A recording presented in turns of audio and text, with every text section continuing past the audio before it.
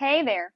Welcome to another episode where I will be discussing amazing vocabulary, scientific terms, and some mind-blowing information revealed in one of the most popular podcast episodes on YouTube.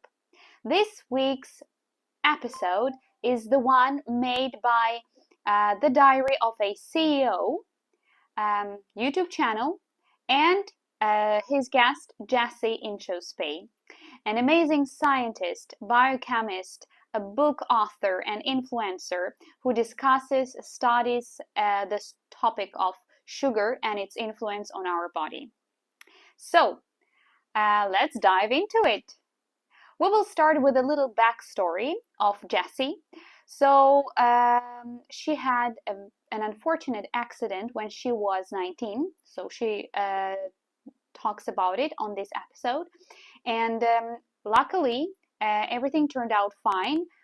But while she was recovering, she noticed that her mental health depended on glucose spikes, like her nutrition, and that there was a direct relation between what she ate and how she felt. So basically, she noticed that her mental health got worse when her glucose wasn't steady or balanced. So then she got into this field, she got into this topic, started studying it, and discovered terrifying, interesting facts about how blood sugar levels influence how we feel, our mental health, and of course our physical health. So we will start with the first question. How does sugar make us addicted? So Jessie explains on this episode with the example of eating a cookie. The cookies that we all love, adore, can't live without. So cookies are starches and sugar.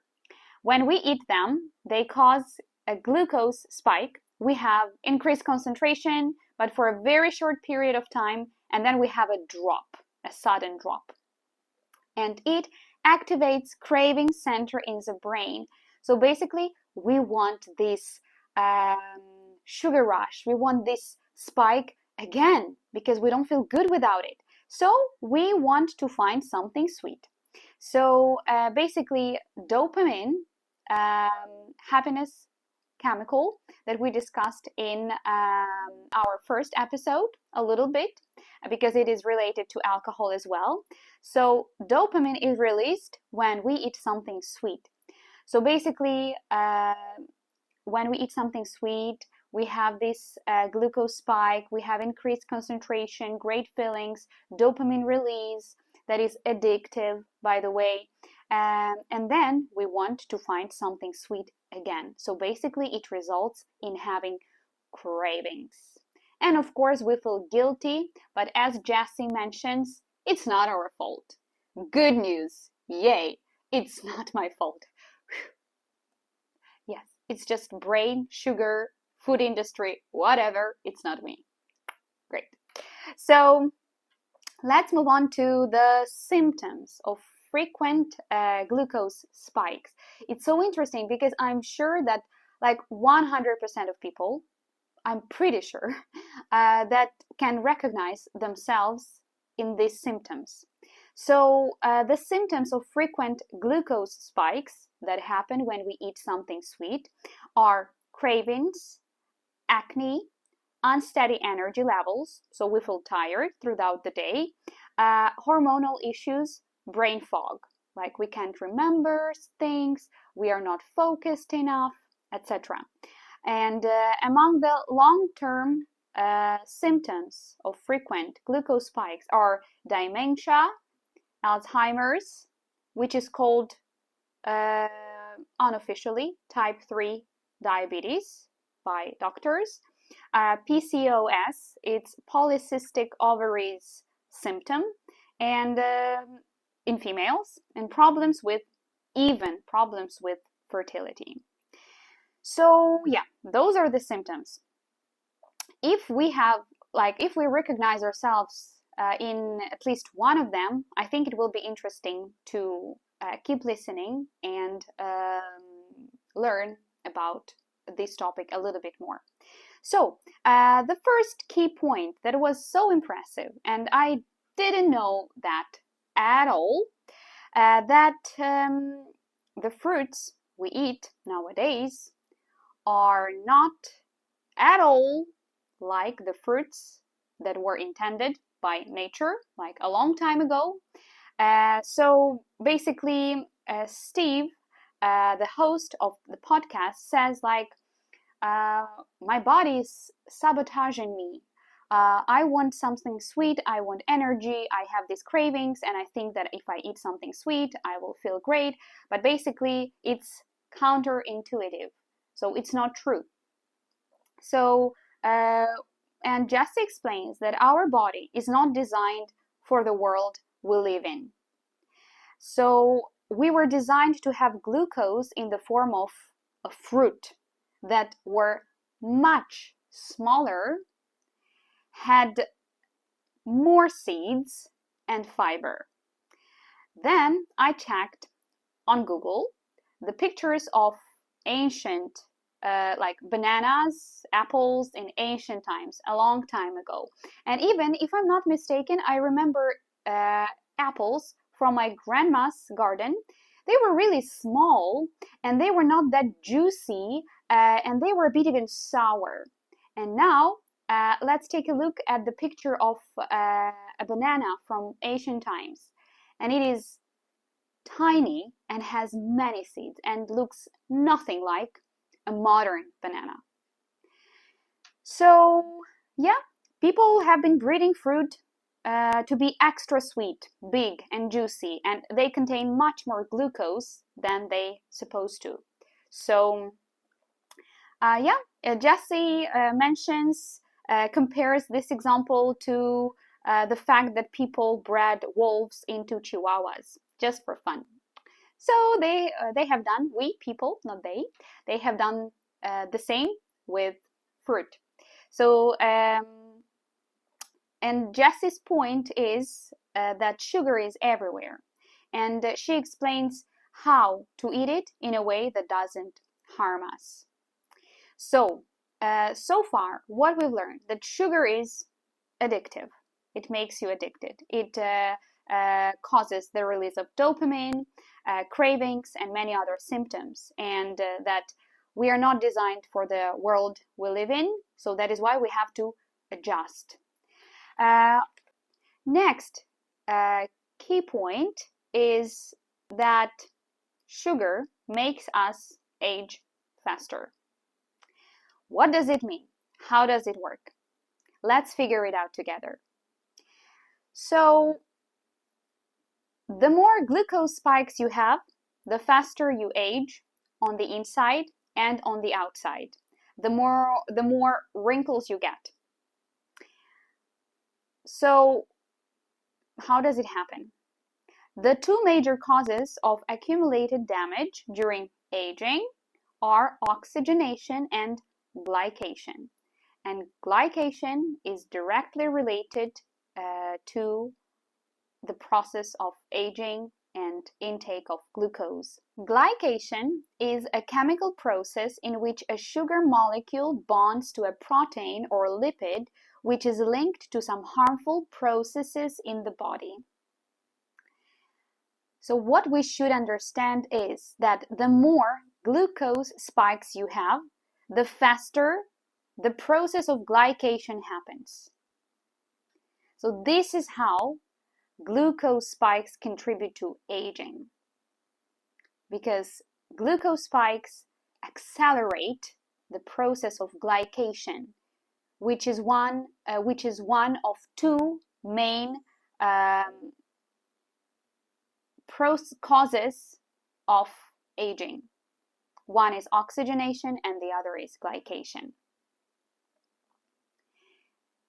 Next point is that sugar makes you tired. How come? I thought sugar gives me energy. Steve on the podcast, the host, thought so too. So that is not true. Let's debunk that myth. So we need to look into the scientific term of mitochondria. What is mitochondria? So mitochondria is a little oval organelle inside of your cells that have a squiggly line in the middle. Squiggly. I know, you're thinking, what does squiggly mean? I was thinking the exact same thing. So squiggly means consisting of a line or lines that curve and twist in a way that is not regular.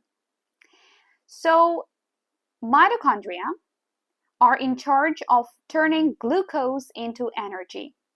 When you give mitochondria way too much glucose way too quickly, they shut down.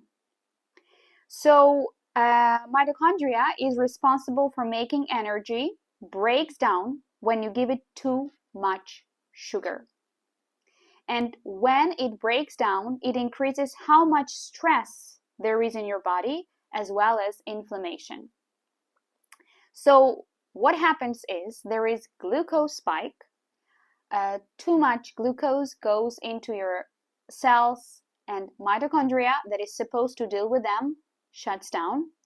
And then this process leads to us getting tired, feeling tired. So you might be thinking how our body reacts to this type of trouble, or how Ross from France said, that is a pickle. A pickle means a trouble, like we are in trouble. So how does our body react to this type of situation? It releases insulin. Insulin is a hormone produced in the pancreas, which regulates the amount of glucose in the blood. So what does it do? It grabs glucose and stores it into muscle, liver, and fat cells. But when there is too much insulin, fat cells become like a one-way street, as Jessie explains. Glucose is put into fat cells, but nothing can come out of them. So the more insulin, the harder it is to lose fat. When our body releases too much insulin way too often, it may lead to insulin resistance. We have heard this term many times, I'm sure, but what does it mean? Let's take a look. So insulin resistance is a process when your body cells don't respond properly to the insulin and can't easily take up glucose from your blood. As a result, your pancreas makes more insulin to help glucose enter your cells. So that is why when people who are insulin resistant cannot lose fat. So it becomes very difficult to lose fat, and they gain weight really quickly. So now let's discuss what we can do about all this stuff that is happening when we eat sugar that we all like and that is not our enemy. How to make it our friend. So this is what Jessie does. She encourages everyone to learn how to eat sweet things without damaging your body. So she provides 10 hacks in her book that could help you reduce harmful effects. So one of the hacks that I loved in particular is drinking a tablespoon of vinegar dissolved in a tall glass of water. That sounds a little bit weird, but Jessie explains why it is so beneficial and why it is a hack. Yeah, a hack that is supposed to make our life easier. So, vinegar contains a molecule that is called acetic acid. So, it is a byproduct of fermentation, and it gives vinegar its characteristic odor, smell. So what does it do? It slows down the process of starches breaking down into glucose. And by the way, scientists classify almost all the carbs like buckwheat, potatoes, rice, oats as starches and sugars that provoke glucose spikes. So vinegar, this acetic acid that is in it, slows down the process of starches breaking down into glucose. For example, it slows down how quickly the glucose molecules arrive in your bloodstream. So when we ingest a tablespoon of vinegar with water before our meal, before we eat something sweet, it goes to muscles and tells them to soak up the glucose as it arrives into our body. Therefore, glucose arrives more slowly and muscles soak it up. So vinegar slows the process of glucose getting into the bloodstream, as well as promotes the process of muscles soaking up the glucose. So there are also a few other hacks that she mentions. They're amazing. Among them are eating veggies first. So it would be great if you could eat veggies before your dessert. So she talks about the specific order that you should follow when you eat your meal. And this order is veggies first, then proteins and fats, and lastly, carbs, like starches and sugars. And there are many, many more hacks. So I encourage you to watch this podcast if you have time. If you don't have time, I hope the information that I gathered was useful and that you could implement it in your life.